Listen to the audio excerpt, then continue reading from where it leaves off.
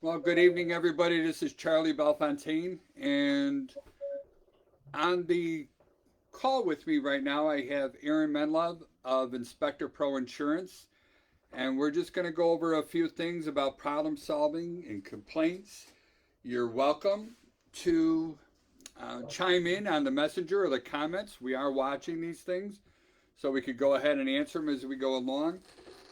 There's not going to be any pictures or anything that's going to be with this. It's mostly going to be kind of what I do, and then we're going to get some views of what the insurance company says we should be doing. And then I have a few case studies. So the case studies that I have are complaints that we've had from past clients and how we handled them and the results of those from there. So, Aaron, if you don't mind, would you please take a moment and introduce yourself and Inspector Pro and what you do and how long you've been around? Thanks, Charles. My name's Aaron Menlove. I'm an insurance agent for InspectorPRO Insurance. I've been in this industry for 10 plus years, and I'm familiar with errors and omissions and general liability SOP insurance coverage for inspectors in all 50 states. And so I have a good background in this. I've been doing this for quite a while. A good background in claim situations, policy coverage, pretty much anything and everything to do with your insurance needs in this industry. Glad I could join you guys on the show here and add anything I can to help clarify any issues for you. So you bet. No, I appreciate everything. So these are the things we're going to talk about: how to defend yourself before, during, and then also after the inspection. All right. So we're going to touch on the expectation speech, or the curbside speech, whatever you want to call it. Talking about limitations with our clients both during the inspection, before the inspection, and even afterwards if need be. Documenting those limitations in the report, different ways that you could take videos or photos to go ahead and protect yourself. Third party help, which is one of the reasons why Aaron's here, using either warranty services or errors and omissions and general liability insurance and taking advantage of their pre-claim procedures. And then if something bad does happen, putting out the fire, we'll go into that. But first things first, I got to throw a few disclaimers out there. All right, I'm not an attorney. I'm not giving legal advice. The only thing that I'm doing is sharing how I run my business. You're welcome to disagree with me. In fact, I respect that, very highly. It's your business. You run it the way you want to. All I'm doing is showing what works for me, and you're welcome to use as much of that as possible. But in no way am I telling you this is the right or wrong way to do anything. So with that being said, let's chat a little bit about an expectation speech that we have on here. And I'm actually going to give mine, all right? And then I'd love to get some criticism from people, just in case you like it or don't like it. But beforehand, I know we got a few listeners here, and Aaron spoke and I spoke. If you don't mind, click on that like button for me, just so I can make sure that, everybody's able to hear us okay and that there's no problems and all going on there. So I love to see some of those. Or somebody throw a comment up there saying that everything's working good. And if not, I'm just going to keep talking anyway. So the first thing I usually ask my clients, thank you very much, I appreciate that. So the first thing I ask my clients is if they ever had a home inspection before. And that's more of an icebreaker. And if they end up saying yes, then I try to tell them that all home inspectors are different. And I'm one to ask people for their permission to explain what I'm going to do, but more importantly, what I'm not going to do. And if they say no, again, I'm just going to ask them for permission of what I'm going to do and what I'm not going to do. So I let them know the first thing I'm going to do is start up on the roof. And we're going to walk around the perimeter of the roof. We're going to look at the flashings, any penetrations that come up there. We're going to try and determine where it is in its lifespan of the roof. And then I'm also going to let them know that this is the one area or one of the areas that I cannot bring you up on. I usually, again, I like using this third party stuff. I like making the insurance companies the bad guys. And if you could see Aaron's face right now, like I can, he's got a nice little smile on it when I say it like that. Um, but I let him know that my insurance company is not going to let me bring anybody else up on the roof. This way, the client's not going to be mad at me. Everything that I do is to make sure that they're happy with the service that I provide. From there, I'm going to go around the outside of the house. We're going to be looking at the walls, windows, doors, lot topography, trees, how they overhang. Then we're going to go downstairs to the basement, and we're going to look at what's visible of the structure. We're going to open up the electrical panel. We're going to aim the thermal imager at it, see if there's anything that's super hot in there. We're going to check for proper grounding, bonding, and all the wires and breakers are matched up to be the right size that they're supposed to be. I let my clients know we're going to do a gas sniff test on the gas pipes, and we're going to do a combustion analysis on the furnace to make sure that that's tuned properly. Then we're going to look at the plumbing system and the water heater, and we're going to spend most of our time in the basement. That's where all the mechanicals are. That's where we're going to be spending our time. From there, I'm going to go through the interior of the house. We're going to do 2 passes. One of them is going to be to run all the water and the bathroom sinks, outlets. We're going to hit the outlets. We're going to look at walls, ceilings, floors, windows, doors, hit the appliances, and so forth. The second round, we're going to be going through with the thermal imager and the moisture meter. We're going to be hitting all the exterior walls, underneath ceilings, underneath those kitchens and bathrooms, looking for any sort of water leaks that are coming in there. We're going to finish up in the attic for insulation and ventilation. Then I get into the kind of what I consider the important stuff. I let them know that I'm not Superman. There's going to be things that I can't see. Anything that's behind walls or furniture, we're just not going to be able to find those things. And if they don't present themselves today, that doesn't mean that they're not going to present themselves in the future. I also encourage my client to stay with me during the inspection as much as possible. This is what I like to do. So I'm going to focus on the house. I'm going to take pictures of the issues, and then I'm going to discuss these issues with my client. I don't write the report on site. I write the report afterwards. And the most important reason why I tell them I want them with me is so that I could see it in their eyes and see if something is important to them. And that way we can have either a further discussion, but if it's important to my client, it's going to be important to me, and I want to make sure that I get anything documented that's important to there. Aaron, did you hear anything that I said that could be potentially harmful, or anything that I can add to that to, make my client understand that it's not all inclusive? No, I love everything you've done so far, and I encourage everybody to do that. And I'm expecting, based on what you're talking about, there's going to be more that we're going to get involved in on that. But everything you've gone over so far, very personable. Being able to go over the inspection of the whole house twice is very beneficial, and will help put the expectations right where they need to be. And that's the key. I found the secret to my success in this business is exceeding the client's expectations. And if you don't know what they expect of you, you can't deliver that and you can't exceed it. And then if they're expecting something that you can never achieve, well, you're going to have an angry client. It doesn't matter how good of a job you do. If you don't meet their expectations and they're unreachable, they're not going to be happy with you. And that's just plain and simple.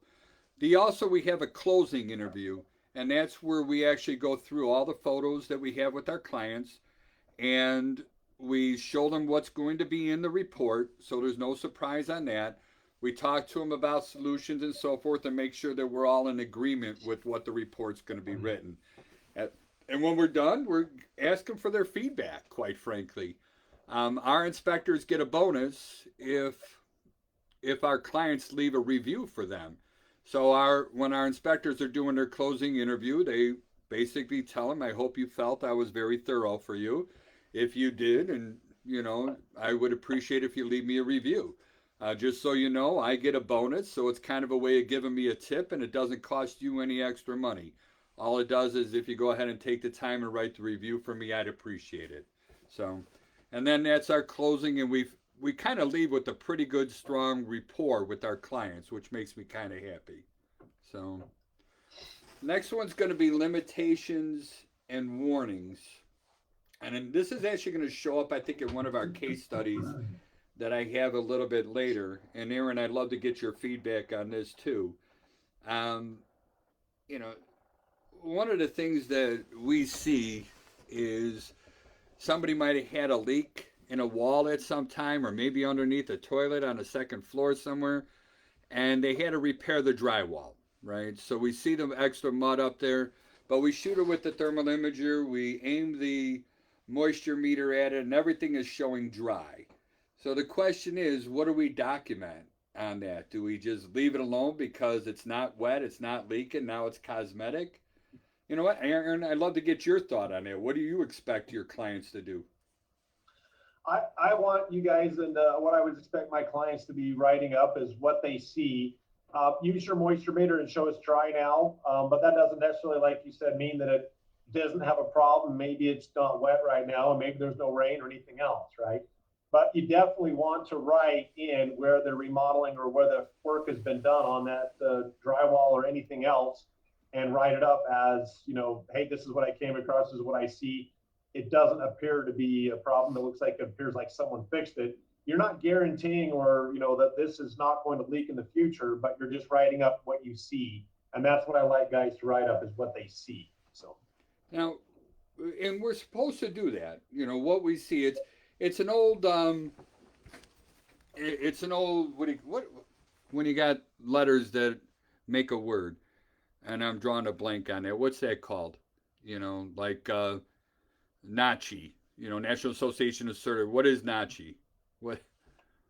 Man, I feel so dumb. I can't think of what that is. Anyway, we call it fog. All right. So, and this is kind of what we push people to do. So, what you were saying about what you see, that's the fact. You know, so basically you type down the condition of what it is. But people are paying us for our opinion. So, whether or not we think it's good, bad, poor, whatever it is, you know, we want to go ahead and give our opinion on these items as well. And then the last thing is the guidance. And with the guidance, though, that's sometimes the hard one. Usually it's going to be just who are you going to call to make the repair, but acronym. Thank you, guys. I appreciate that. I'm so embarrassed that I couldn't think of it, but sometimes the brain locks up. Fact, opinion, guidance. And in our state, in Illinois, we're mandated to tell somebody who are you supposed to call to get it mitigated, or I should say that they have to get it mitigated or they have to monitor it. And that could come in there with the guidance. So let's take that water leak and its dry thing, and you tell me if I'm making a mistake. My thought process is this. If that's leaked once or more times in that area, the person who's living in that house, they know about it. They lived there. They painted it. They mudded it up. They hired somebody to fix it. They did whatever it was. And I know we got disclosure laws here in Illinois where they're supposed to say if they're aware of any current problems, but if they fixed it, they don't necessarily have to disclose that. You know, so we actually tell them, you know, we tell our clients to go into journalist mode. And what I mean by that is the who, what, why, where, when, and how of these defects. So in other words, we got, you know, we have signs of past repairs on the ceiling of the first floor bathroom. All right. Right now it's dry according to our moisture meters. But you should be asking the sellers, when did this leak here? Who did the repair? You know, were we able to fix the repair? Is there any warranties with the repair? You know, I like to put the ownage back up on the seller instead of leaving it on me. And my rationale is I'm here for 5 minutes looking at that ceiling.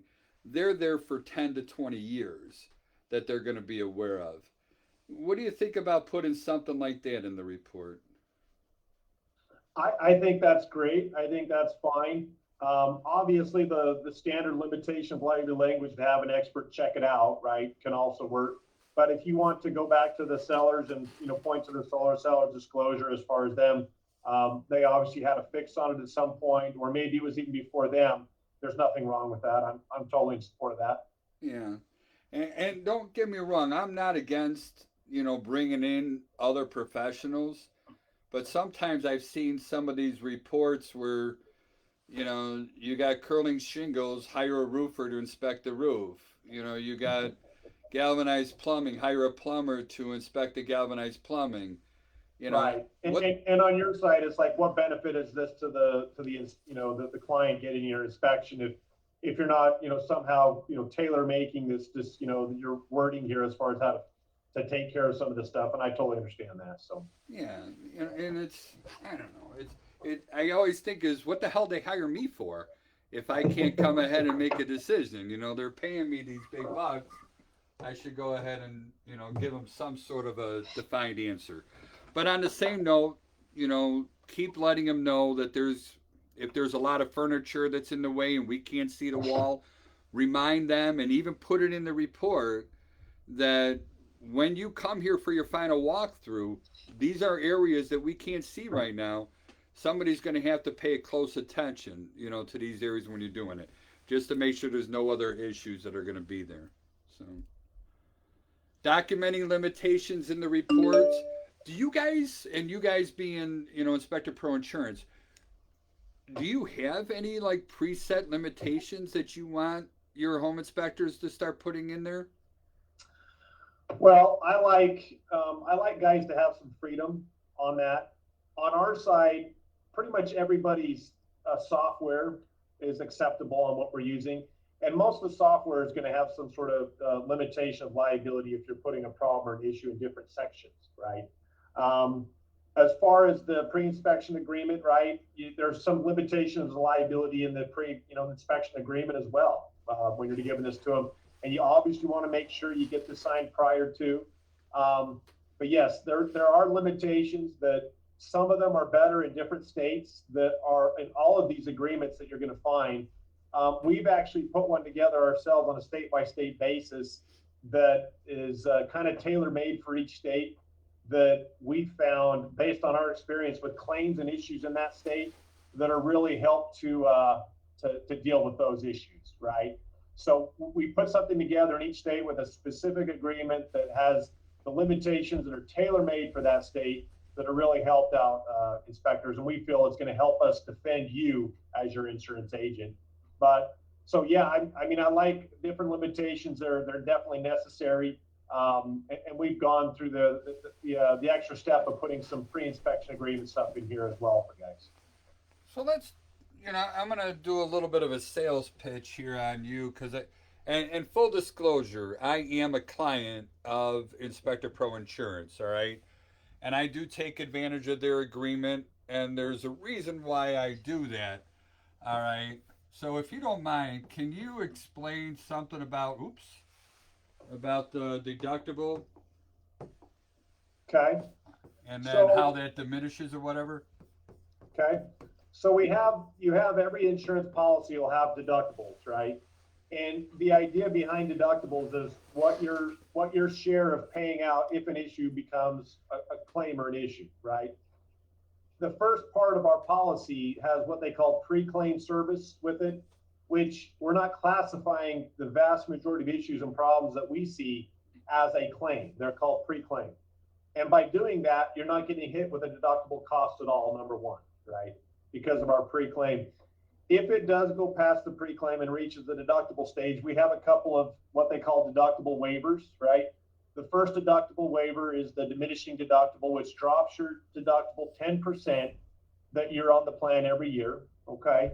You have another deductible that is called the pre-claim assistance deductible, which drops your deductible 50% just by using the pre-claim assistance group, right? So the 10% is up to like 50%. The other one is up to 50%. Those will get you closer to 75% total. They have a limit there. And we have another deductible drop of $1,000 if you use our agreement, right? So they have a lot of deductibles here. Even if you have like a higher deductible and you've been with us 5 years and something goes past the pre-claim stage, you're only going to be liable for $200, $250 total in a situation like that if it goes past the pre-claim assistance to the claim stage. basically what they're doing on our side here is we're doing everything we can to make it so when an issue arises, that your interest and our interest are the same, that we don't have an interest in collecting $2,000 from you and 3 months later turning around and giving it to the client as a settlement, right? And it's really good by doing that. We want to represent our inspectors, defend them, have a pre-claim work with this, make problems go away, and not get in a situation where there's incentives for the insurance to do that type of stuff. So it's really good, really good. Yeah, I know we haven't had a claim yet with you guys, and we are using the agreement that you gave us. And so and I make sure that it's signed before we begin, and we use the ISN. So we do everything electronically with that, and we have a record of when it was signed and the IP address of when it was signed. Um, and don't get me wrong, I don't want to claim, but I really love the fact that I don't think I'm going to have a deductible if anything goes bad. And Charles, let me kind of relate a little bit more to guys about the agreement and why insurance companies or why we or anybody else is so adamant about getting these signed or going over the limitations prior to the report and expectations. Please. And it's really important because there's lots of frivolous issues for people looking for money in this industry.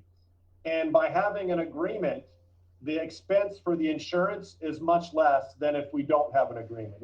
If we don't have an agreement with you or you haven't done the expectations of what's supposed to be done on an inspection prior to, then our costs to defend you or make problems go away are much more money. And that's where you get into the situations of lawyers looking at, well, it's going to cost Tim and $10,000 to make this go away. Let's go and try to get his insurance some other money less than that, and they'll give it to us to make this go away because it's going to cost $10,000 to make this go away, right? So on our side, right, and we're defending you. It's in your interest and it's our interest to make sure these are all signed prior to that all this is done ahead of time and the expectations are taken care of, so that when it happens and if someone's looking for some free lunch from you, they're not going to get it and we're not going to give it to them. And that's what I like to hear. I like that a lot. So let's talk more. We're going to switch up the subject a little bit, and we're going to start going through photos and videos. And this is a weakness that I have in our company, and it's come back to bite me a couple of different times. I managed to get myself out of trouble with it, but we had people that have accused us that a defect was there and it was present when we did the inspection, but because we didn't take any CYA cover your butt, photos, because I didn't take any of those or our inspector didn't, we didn't have any way to prove that didn't exist during the inspection. So what's your take on, photos? Which ones should be taken? And what's the best way to protect ourselves? More photos, the better. I have had some inspectors that have talked to me in the past that, well, what if I take a photo and there's something wrong there? Am I now liable for that if I didn't write it up? The chances of that, as far as what we've seen, are minuscule versus inspectors taking photos of every room that there's no problems in. And in that exact room, 3 months later, someone's making a complaint and we're able to defend them with the photo to show what the inspector was looking at and their complaint wasn't at the time happening, right? So more photos, the better. Body cameras are great. The GoPro, I have guys that are taking this.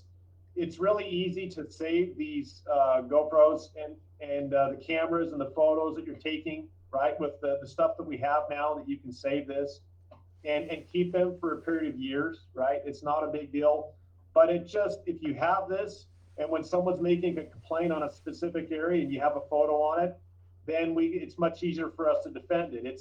If not, it's your word against, obviously theirs. When I was here looking at theirs, there was no problem, and we're going to defend you, but it's better if we have photos. All right. So are you encouraging us, like myself, are you encouraging our guys to wear body cameras? Do you like it or dislike it or love it? I like it. I like it. I like more photos, the better for me. Right. I like it in our insurance provider. They do like more photos. Guys that are taking, 300 photos on an inspection, is better than 100. It's better than 50, right? On your report, if you're just going to do the photos of the problem areas, I totally understand that.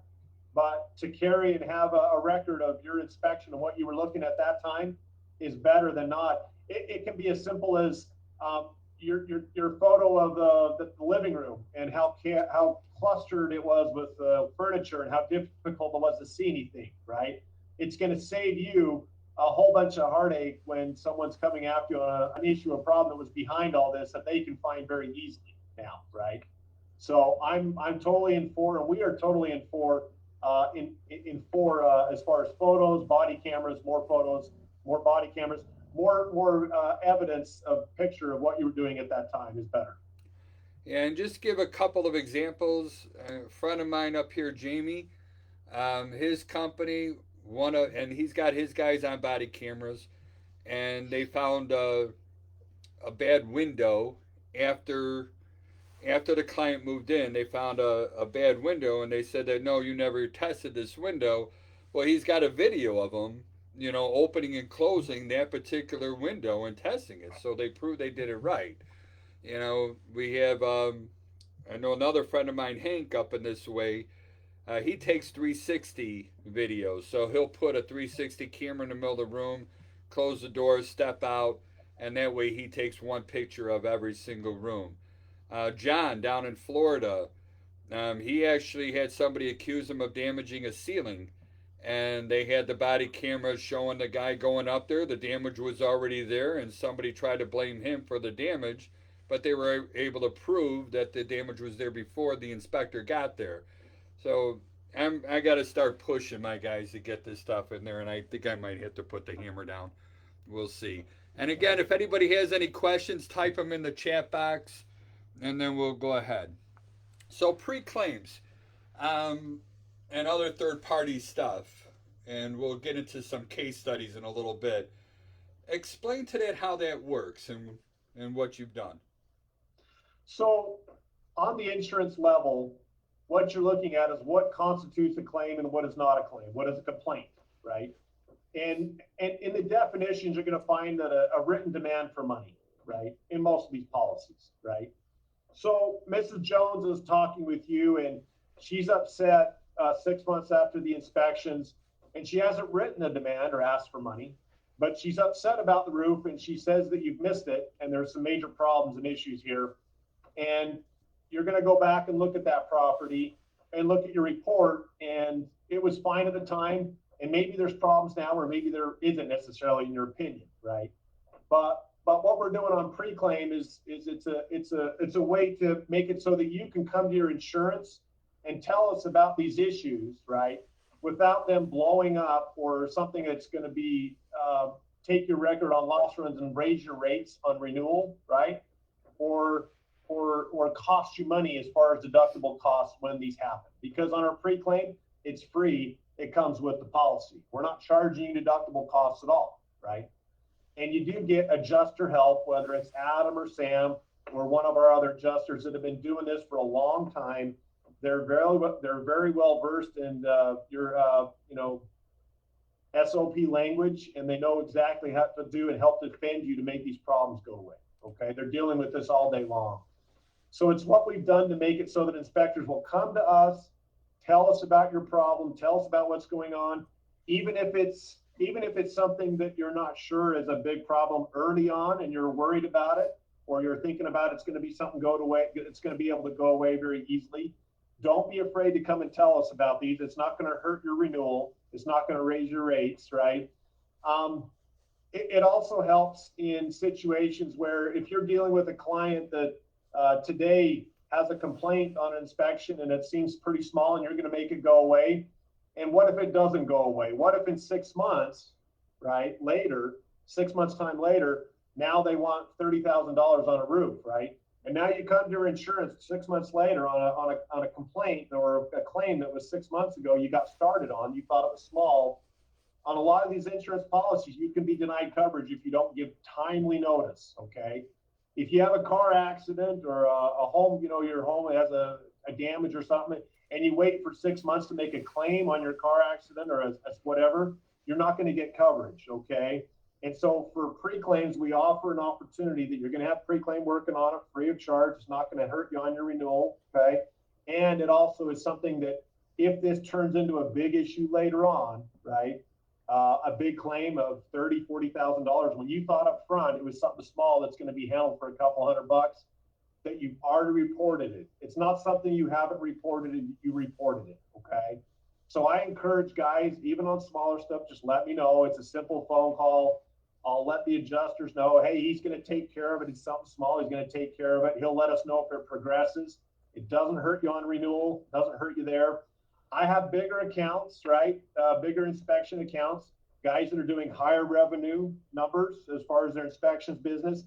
If they come to me on renewal and they haven't had any issues or pre-claims, I'm almost expecting, I'm like, okay, what have you not told me? There's got to be something out there. I know you can't do this much business without have somebody upset with you about something, right? It's law of impossible. averages. Yeah, it's a numbers impossible, game. right? Yeah. So just tell me it's okay. It's not going to raise your rates. We're not going to be upset. I'd rather have this out here and helping us and help you on the pre-claim. And I can even just put it through pre-claim and the inspector's going to handle it. It's just a notice. So we've made it very easy and very insurance friendly for inspectors to come to us and tell us about these issues, so that it's not something that, yeah, hey, you know what, you didn't tell your insurance about an issue or a problem after 6 months. Well, I didn't know it was going to be a big problem. Well, it should have been reported then. You're not going to run into that with this with pre-claim. Does that make sense? It makes a lot of sense, and I like it a lot. And I want to add to it, because we've had a couple of pre-claims things that go through, and you know, the way that it's handled, you know, that I view it from the inspector side, you know, my inspector has to write up a letter stating what he did. All the report has to be issued. Um, you know, they get interviewed. Usually there's some questions that come back and forth. They go to the person who's making the claim, you know, in this, and we'll bring this up as one of the case studies that I'm going to have here. You know, we had a humidifier that when we tested it, we noticed that it was leaking. All right. So we cleaned it up, the water that spilled on the floor. We turned the water off to the humidifier. We notified the homeowners that it was leaking, and we turned it off.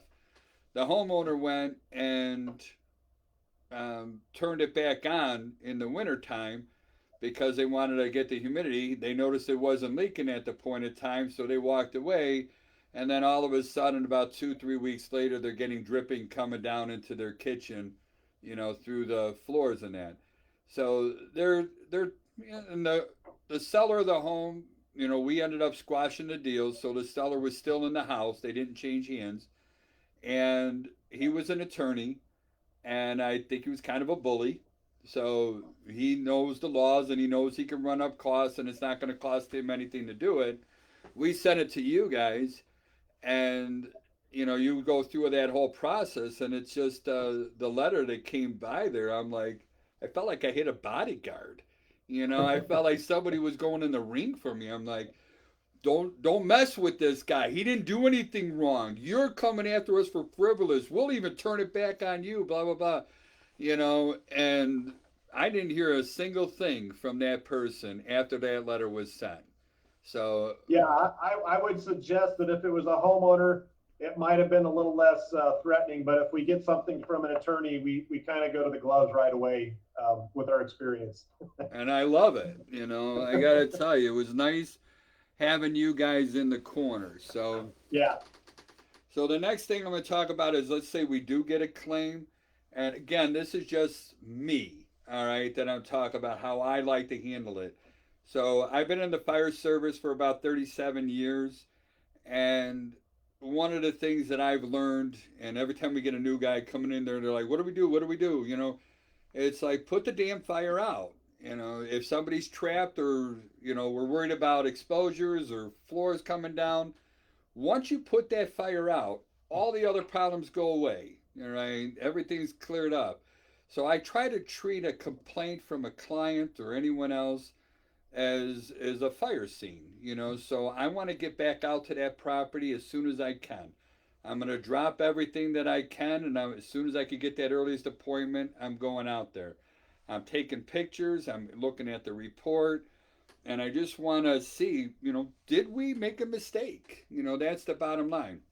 And I do believe in doing the right thing at the right time, doing it the right way and doing it for the right reason. All right. I know I'm not perfect. I never claim to be perfect. I don't expect any of our guys to be perfect. I know that mistakes are going to happen. But what I really believe in is how we as human beings handle those mistakes is what makes us good human beings. All right. But I can't also save the farm. I can't be I'm not an insurance agent. That's not the business that I'm in. People are paying me for my opinion. I am going to have a reduced liability. We're not hiring an electrician, a plumber, a heating contractor, a roofer, all the other things that are coming out to look at a house. We're lumping all those things in there at a very reduced price. If you think about what we charge for all those different services that we're actually providing. So it's in Illinois, we actually have three case laws that that have held up the what is it? The limit of liability, right? So to the fee paid to the inspection. And then, so we got three of them here, and the courts agree, that we're not allowed to pay more, or not allowed, but we shouldn't be expected to pay more than whatever that fee is. Now, I have paid more than the fee, guilty of it. If one of the case studies I'll bring up, we ended up paying about $2,000 for the repair of it, because I really feel that we should have caught that, all right, and we didn't. So, but I Hey, did hey contact Charles, you can I add one guys. note to that? Yeah, please.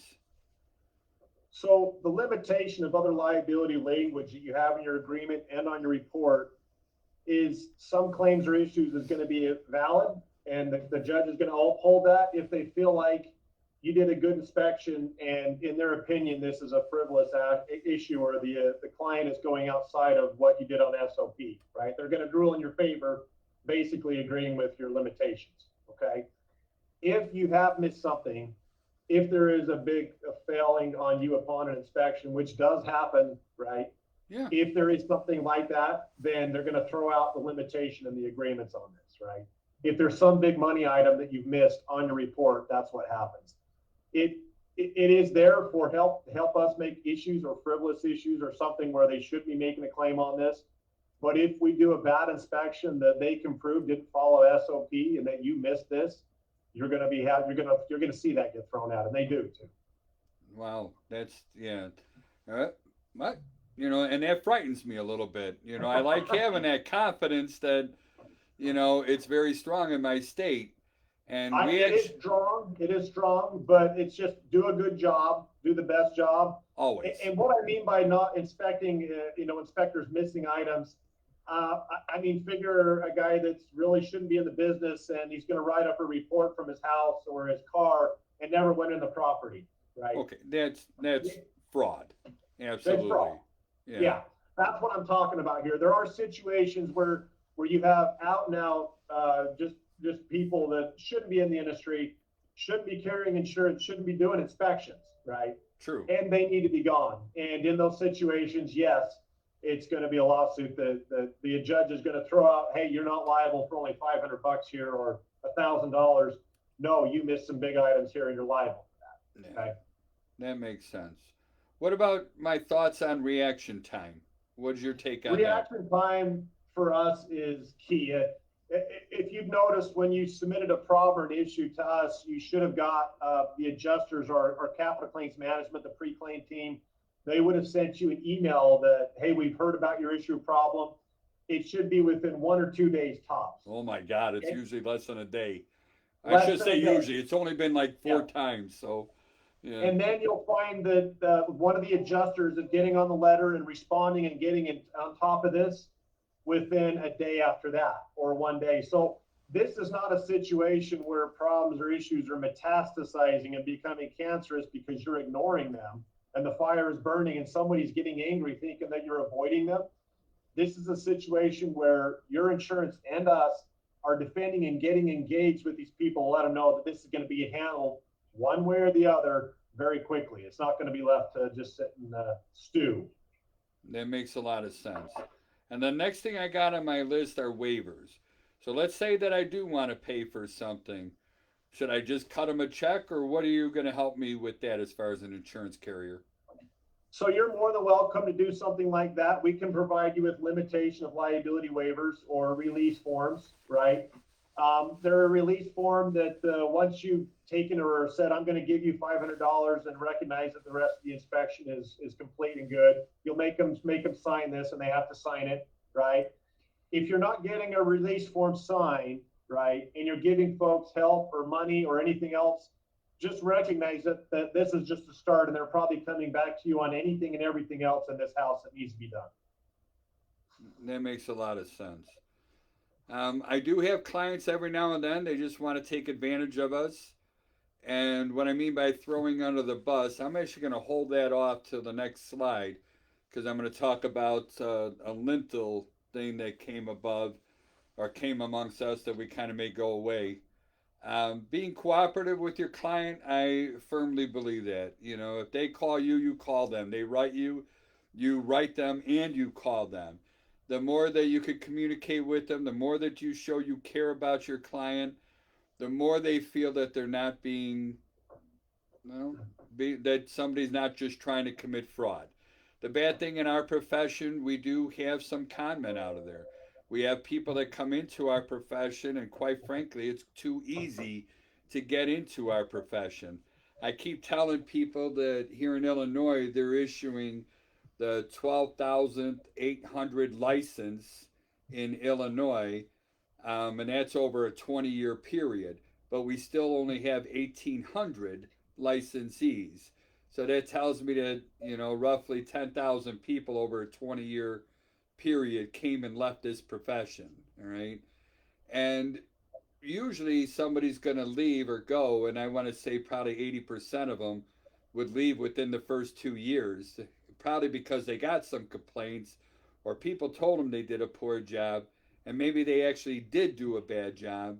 So they come, they go, but in their wake, everybody in our society is a prejudicial society, so now all home inspectors and that person are the same, and all home inspectors are a bunch of buffoons. And then those of us that choose this as our career, we're left having to defend that, all right? And we try to take our jobs really serious. So the sooner that you can show that you care about your client, the better off that you're going to be.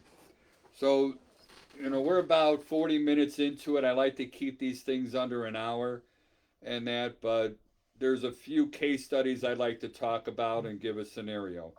So the cracking lintels. We had a house that was about 15 years old. Wood frame construction, brick veneer home, about 4,000 square feet.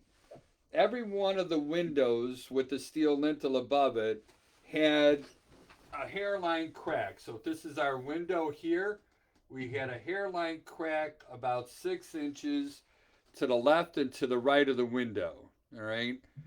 And I know that when steel rusts, it expands, plain and simple. And the first stage that happens is we're going to get these cracks here and here when that happens. That to me does not mean that that lintel has failed, all right? So we took pictures of those, we put them in our report, we advised our client to monitor these things, or these windows. The client moved into the house, they decided to get a second opinion and hire a mason who specializes in replacing lintels. He informed my client that all the lintels needed to be replaced, and it was going to be $2,000 a lintel. Well, there were 20 windows. So this person, wanted to know when I was going to be mailing him a check for $40,000. And so I got out there right away. I chatted with them. I told them I'm going to stand behind our inspector's opinion of those things, that we do think that that's a minor issue. We don't think that it's something that warrants a repair right now. You probably got another 30, 40, 50 years. I don't know how long it's going to be. But if you want to go ahead and give this guy $40,000 to replace these, go ahead. But then you better start budgeting, $1,000 to $2,000 a year, because you're going to be doing it every 15 to 20 years, replacing these lintels. And then I throw him under the bus. It's like, I think somebody's trying to sell you something that you really don't need. and then they want me to pay for it, and it's not going to happen. So, what's your thought on that? I mean, I stood my ground on this one, and I'm big on reviews. All right, I do not We, want unhappy clients, and we, but we this see one a I lot of this. You get a lot of, different contractors, new roof, HVAC system, windows, lintels, you name it. If they can get someone else to pay for it, then one, the client that they're talking to isn't going to pay for it, and number two, they're not going to get bids on it, right? yeah. So, I mean, it's notorious. You'll see it that somebody's making a claim against you on the roof, and they talk to their neighbor down the street who got a new roof from their last home inspector, right? So yeah, I mean, it's out there. It's there's a lot of it going on, and we just do a good job of fighting that and defending you.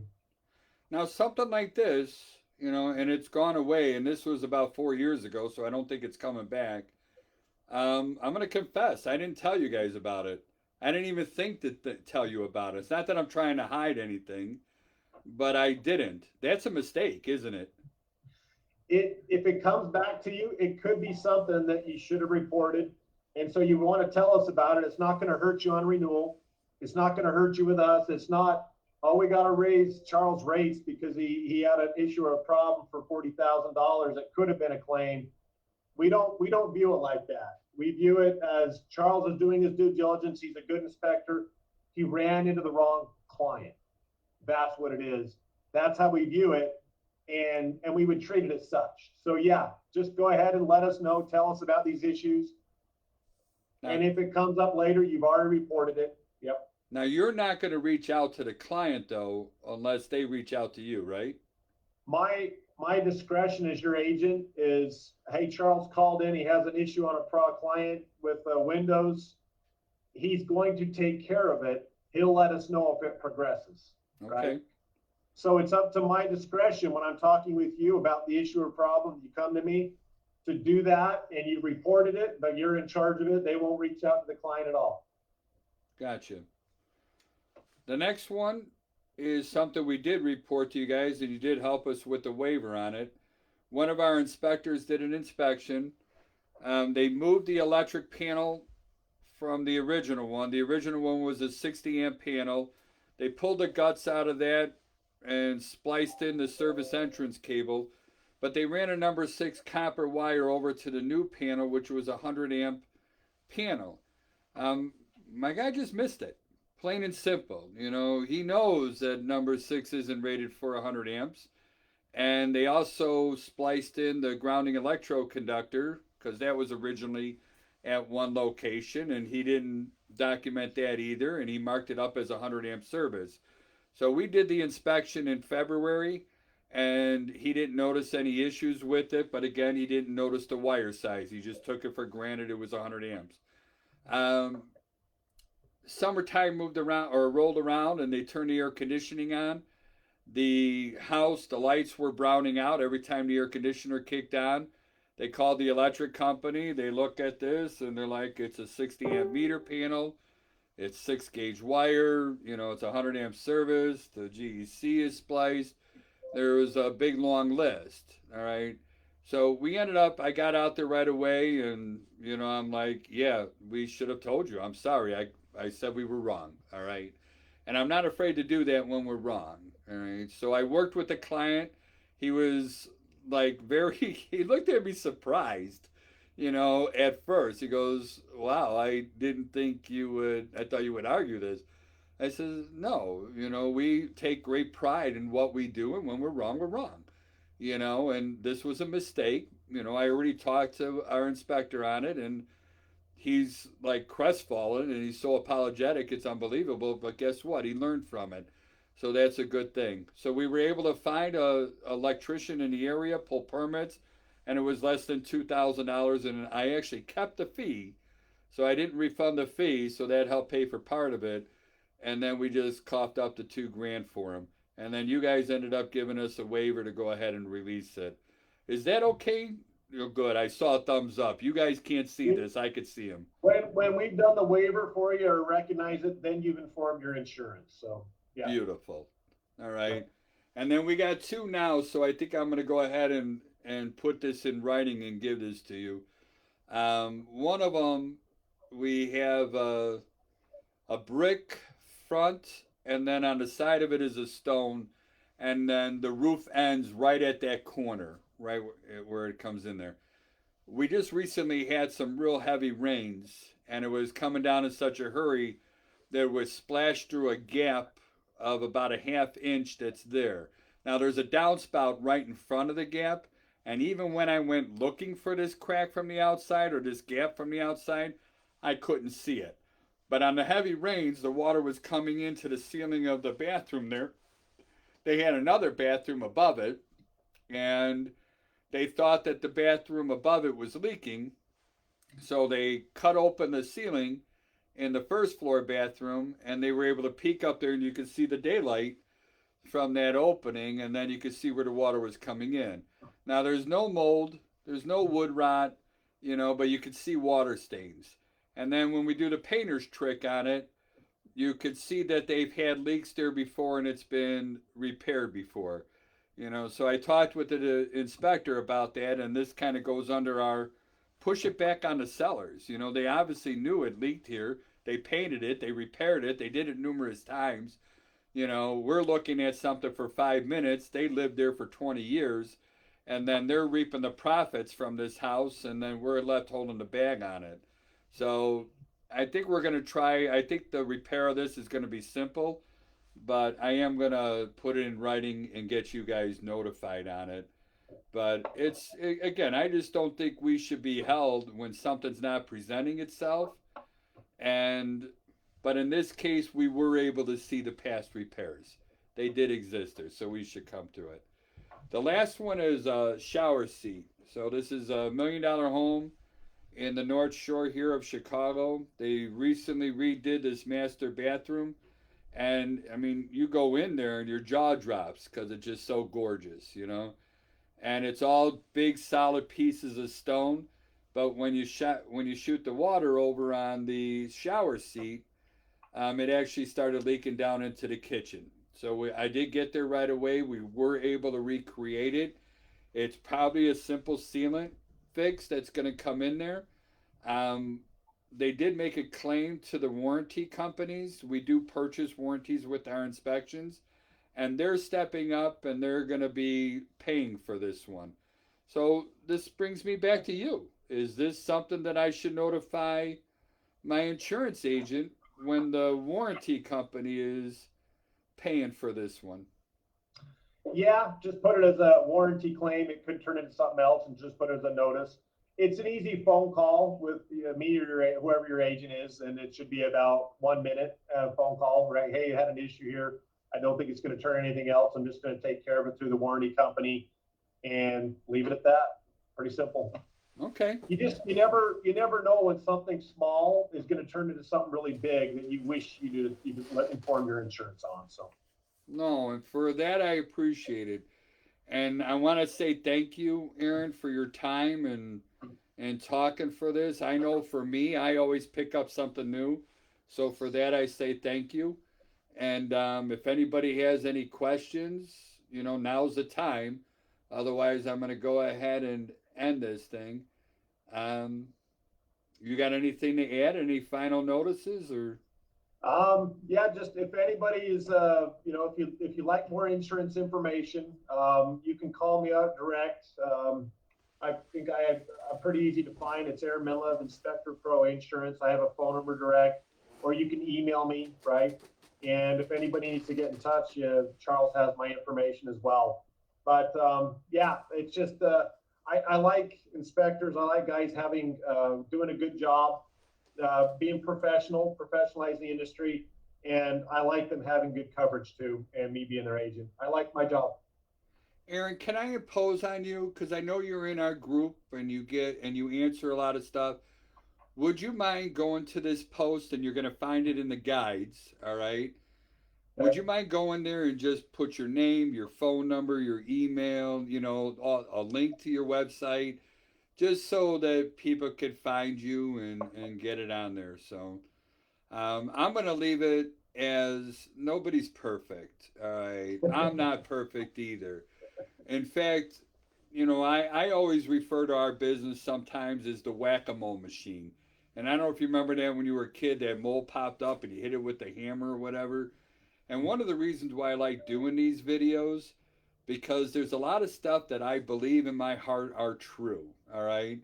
And I know that if I say it in a video and I put it up there, if I'm wrong, there's going to be a lot of guys with hammers that are ready to whack me down, all right, into that hole. And but that's a good thing. I'm all right with that. I have enough confidence to say that I'm wrong. I'm cool with that. And it just makes me look stuff up, verify if I'm right or wrong, and then hopefully I can learn and make myself better. So, which is ultimately the big audacious goal. We just want to be the best that we could be. So, without further ado, I'm going to turn this thing off. We got a couple nice compliments from people in the comments. So, thank you, Aaron. Thank you, everybody, for participating. And then I'm going to go ahead and end this now.